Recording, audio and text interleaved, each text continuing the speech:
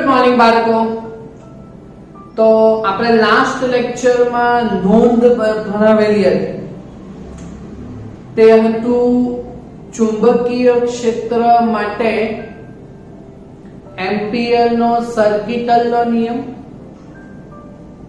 અને તેના ઉપરથી બીજી નોંધ એ આપણે અતિ લાંબા પ્રવાહધારિત સુરેખ તાર માંથી જ્યારે પ્રવાહ પસાર થાય તો તેની આસપાસ ચુંબકીય ક્ષેત્ર ઉત્પન્ન થાય.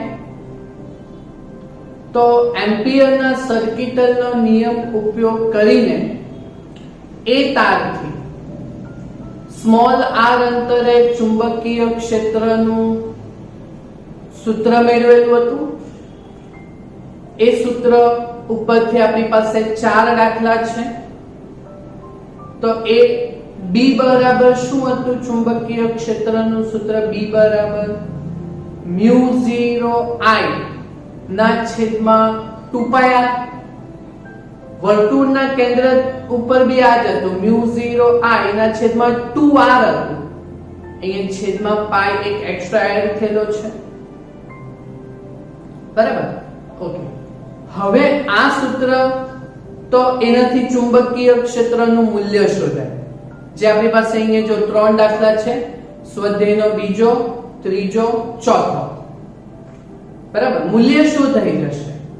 પણ જ્યારે દિશા શોધવાનું આવશે તો ત્યારે આપણે જમણા હાથના અંગૂઠાના નિયમથી કરશું. હા ને? આ એક તમારે એપ્ટિટ્યુડ છે, એટલે એ વસ્તુ તમને આવડવી જ જોઈએ, બરાબર? કે તાર એ સુરેખ, એટલે આપણામાં આ સુરેખે આયરો આ અંગૂઠો, એટલે એ દિશામાં પ્રવાહ રાખવાનો, જમણા હાથના અંગૂઠાની દિશામાં પ્રવાહ રાખવાનો. તો આંગળીઓ જે દિશામાં વળે તે આપણી ચુંબકીય ક્ષેત્રની દિશા, બરાબર? ઓકે, તો હવે એના ઉપરથી આપણે 3 દાખલા કરીએ. તો પહેલા સ્વાધ્યાયનો બીજો, હા ને? તો જો સ્વાધ્યાયના બીજામાં શું કીધું? એક લાંબા સીધા તારમાંથી, જો છે કે નહીં તાર, અતિ લાંબા સીધા તાર, હા ને? એમાંથી 35 એમ્પિયરનો પ્રવાહ વહેતો છે. ઓકે, એટલે I બરાબર સોલ્યુશન. ઓકે, હા, તો એમાં પ્રવાહ I બરાબર આપણને કેટલું લેવાનું કીધેલું છે? 35 એમ્પિયર, બરાબર? જસ્ટ સમજી લો, સૂત્ર ઉપરથી ગણતરી કરીને જવાબ લાવવાના છે. એટલે એકવાર તમે જોઈ લેશો એટલે 3 દાખલા તમારા થઈ જવાના છે, 2 માર્ક્સના લેવલના છે. ઓકે, હા, ચાલો. તો અહીંયા પ્રવાહ I બરાબર 35 એમ્પિયર છે, તારમાંથી પસાર થતો પ્રવાહ. ઓકે, અને તારથી કેટલા અંતરે? 20 સેન્ટીમીટર અંતર. એટલા અંતર એટલે આપણે સ્મોલ r બરાબર 20 સેન્ટીમીટર, એટલે મીટરમાં ભાગ્યા 100 એટલે 0.2 મીટર અંતર. ચાલો, તો આટલા અંતરે તમારે કોઈ બિંદુ છે તો ત્યાં ચુંબકીય ક્ષેત્ર શોધવાનું છે. એટલે બોલો, અતિ લાંબા તાર, પ્રવાહધારી તારથી ચુંબકીય ક્ષેત્ર B બરાબર આપણે સૂત્ર લાવ્યું ને પેલા એમ્પિયર સર્કિટલના નિયમથી, μ0I ના છેદમાં 2πr. વર્તુળના કેન્દ્રથી બી આવું જ, હા ને? પણ એમાં આંટા હોય એટલે n અહીંયા ગુણાયેલું હતું અને છેદમાં 2r હતું. અહીંયા જો પાઈ હતું, પાઈ એક એક્સ્ટ્રા આવી ગયો. ઓકે, ચાલો વેલ્યુ મૂકો. μ0 ની વેલ્યુ 4π * 10⁻⁻⁷. પ્રવાહ 35 એમ્પિયર ના છેદમાં 2π. એમ જ પાઈ ની વેલ્યુ નહીં મૂકે કેમ કે ઉપર 4π છે, ઉડી જવાનું છે. ઓકે, અને અંતર એ 0.2. બસ, હવે અહીંયાથી જવાબ જ લાવવાનો રહે આપણે, હા ને? ચાલો, તો જવાબ લાવવા માટે અહીંયા પાઈ અને પાઈ કેન્સલ થશે, બરાબર? ઓકે, તો ઉપર 35, આ 2 અને આ 2 પણ અહીંયા કેન્સલ થશે, તો અહીંયા 2 રહેશે. ઓકે, તો ઉપર શું થવાનું? 35 દુ 70, 70 ભાગ્યા 0.2 કરવાનું. ઓકે, 70 ભાગ્યા 0.2 કરો તો 70 ભાગ્યા 0.2 કરો એટલે 700 ભાગ્યા 2.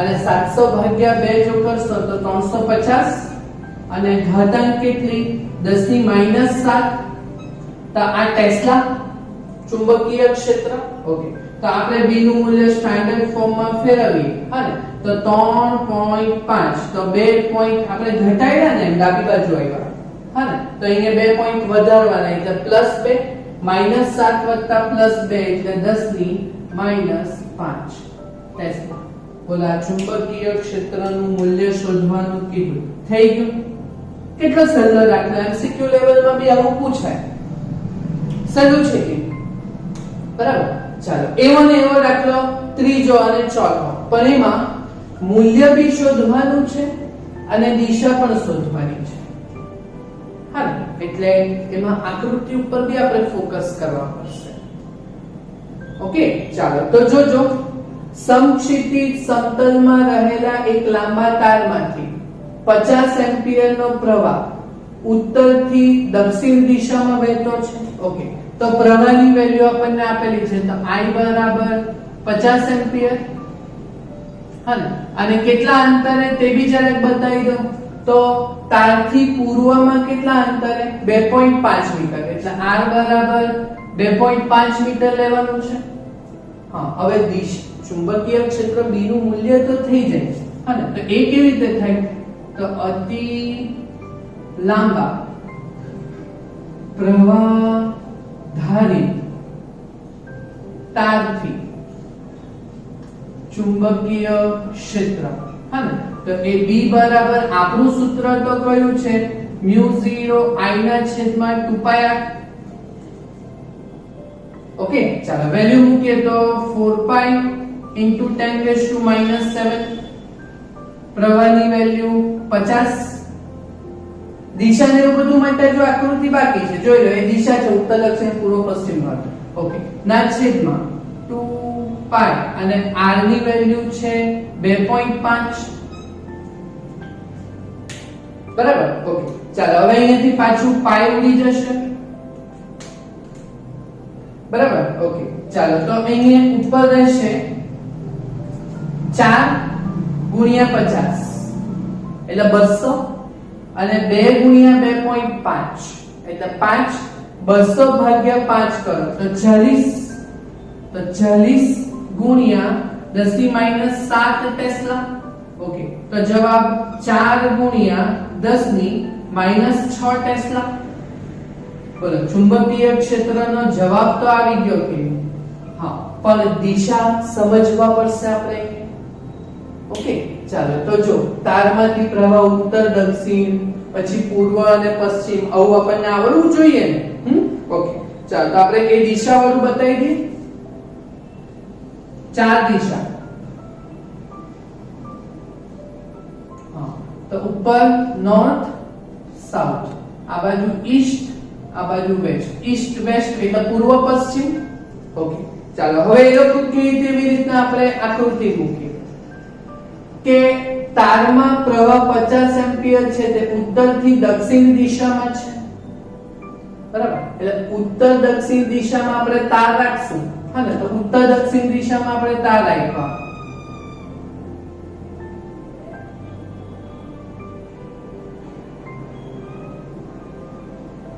ઓકે આ તાર આપણે જો ઉત્તર દક્ષિણ દિશામાં રાખ્યું ઓકે અને પ્રવાહ એટલે I એ ઉત્તરથી દક્ષિણ દિશામાં છે ઓકે એટલે ઉત્તર થી દક્ષિણ એટલે નીચે તરફ આવશે પ્રવાહ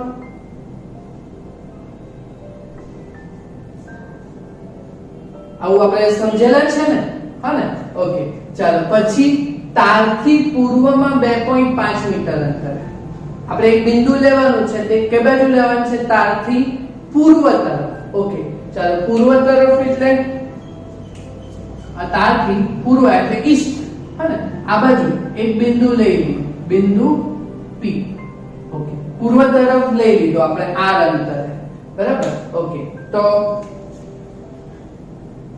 સ્મોલ r અંતર આ બિંદુ લીધું જે 2.5 મીટર નું હતું હા ને તે પૂર્વ તરફ તો દિશા શોધવાની ઓકે તો આપણે અહીંયા બોલો આ બિંદુ P આગળ ચુંબકીય ક્ષેત્રનું મૂલ્ય તો શોધાઈ ગયું બોલો હવે દિશા જોવાની કે હા ને તો તારમાં પ્રવાહ તાર ઊભો છે એટલે જમણો હાથ લેવાનો ને પ્રવાહની દિશામાં અંગૂઠો મૂક્યો એટલે એમ મૂક્યો તો બોલો આંગળા એમ વળવાના કે એમ વળવાના કે હા એટલે એમ વળવાના એટલે આ અહીંયાથી અંદર જશે ને અંદરથી એમ બહાર નીકળશે તો બોલો પૂર્વ તરફ ચુંબકીય ક્ષેત્ર સમતલ ને લંબ એમ બહાર તરફ આવવાનું બરાબર એટલે અહીંયા ચુંબકીય ક્ષેત્ર જે આવશે તે ડોટ આપણા જમણા હાથના અંગૂઠાના નિયમના મુજબ તો બોલો દિશા લખવાની હોય તો અહીંયા એક વાક્યમાં શું લખશું તો જમણા હાથના અંગૂઠા ના નિયમ મુજબ બોલો નિયમ મુજબ અને ચુંબકીય ક્ષેત્ર હા બોલો કેવી રીતના નીકળ્યું અંગૂઠો નીચેની તરફ રાખ્યો પ્રવાહની દિશામાં આંગળા એમ વળશે એમ હા તો આ P બિંદુ બાજુ ચુંબકીય ક્ષેત્ર એમ બહાર નીકળવાનું ને હા તો નિયમ મુજબ ચુંબકીય ક્ષેત્ર એ સમતલ ને લંબ ઉપર તરફ નીકળ્યું એટલે સમતલ ને લંબ ઉધ્વ દિશામાં હશે બોલો દિશાવાળો કોન્સેપ્ટ ખબર પડ્યો આકૃતિ પરથી હા ચાલો આવો ને આવો સેમ દાખલો હા ખાલી તારની દિશા બદલેલી છે એવો ને એવો સેમ દાખલો આપણે પહેલા જવાબ તો કરી નાખીએ ને ચાલો માથા પરથી પસાર થતા વીજળીના તારમાંથી પ્રવાહ 90 એમ્પિયર છે ઓકે તો પ્રવાહ I બરાબર 90 એમ્પિયર ઓકે પછી પૂર્વથી પશ્ચિમ દિશામાં છે આ વખતે આ તારથી 1.5 નીચે 1.5 મીટર નીચે એટલે નીચેની તરફ 1.5 મીટર અંતર એટલે r બરાબર 1.5 મીટર ઓકે તો ત્યાં આપણે ચુંબકીય ક્ષેત્રનું મૂલ્ય અને દિશા શોધવાની છે ચાલો પહેલા મૂલ્ય તો શોધી કાઢીએ ને હા ચાલો તો અતિ લાંબા પ્રવાહધારી તારથી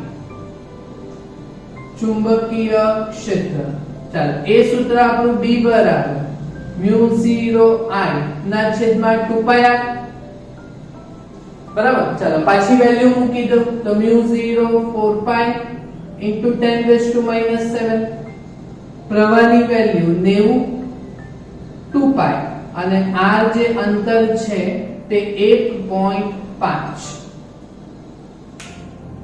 બરાબર ચાલો પાછું આપણે જો કરવા જઈએ તો પાઈ કેન્સલ થશે ઓકે ચાલો હવે તમે એક એલસીએમ કરી શકો બરાબર આ 1.5 ગુણ્યા 2 એટલે 3 તો 30 તારી 90 એટલે 30 ને 30 ચોકું 120 ઓકે તો આપણો આ જવાબ 120 ગુણ્યા 10⁻⁷ ટેસ્લા તો સ્ટાન્ડર્ડ ફોર્મમાં તો B બરાબર 1.2 ગુણ્યા 10⁻⁵ ટેસ્લા બોલો આ જવાબ આવવાનો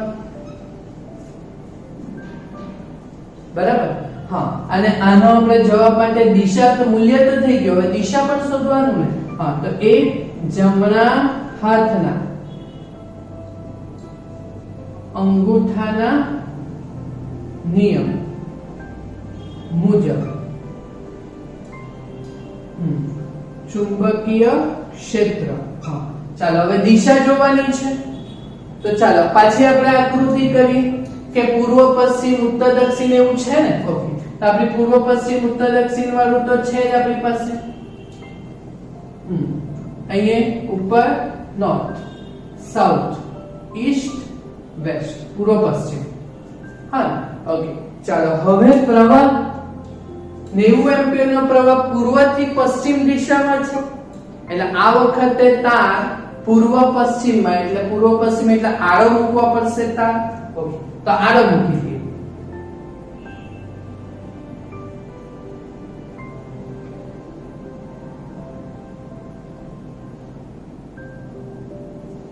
ચાલો તાર આપણે આડો લઈ લીધો ઓકે આમાં પ્રવાહ એક બાજુ છે પૂર્વથી પશ્ચિમ પૂર્વથી પશ્ચિમ એટલે ઈસ્ટ થી વેસ્ટ.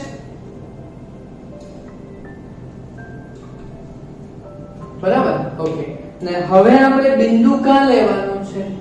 આ તારથી 1.5 મીટર નીચે બી નું મૂલ્ય શોધવાનું છે. ઓકે, તો આ તારથી 1.5 મીટર નીચે નીચેની તરફ ધારો કે અહીં કોઈ લઈ લીધું બિંદુ P નીચે. એ તારથી કેટલા અંતરે? r અંતરે. ઓકે, ચાલો તો ત્યાં આપણે દિશા શોધવાની છે. તો જમણા હાથના અંગૂઠાનો નિયમ, જમણો હાથ પ્રવાહની દિશામાં આપણે તાર રાખીએ. બરાબર. ઓકે, તાર રાખીએ એટલે m, એટલે આમાં આપણે જોજો આંગળે m વળશે. m, હા ને, એટલે ઉપર હોય તો અંદર તરફ આવશે, હા ને, અને નીચે એટલે એમ બહાર તરફ આવશે.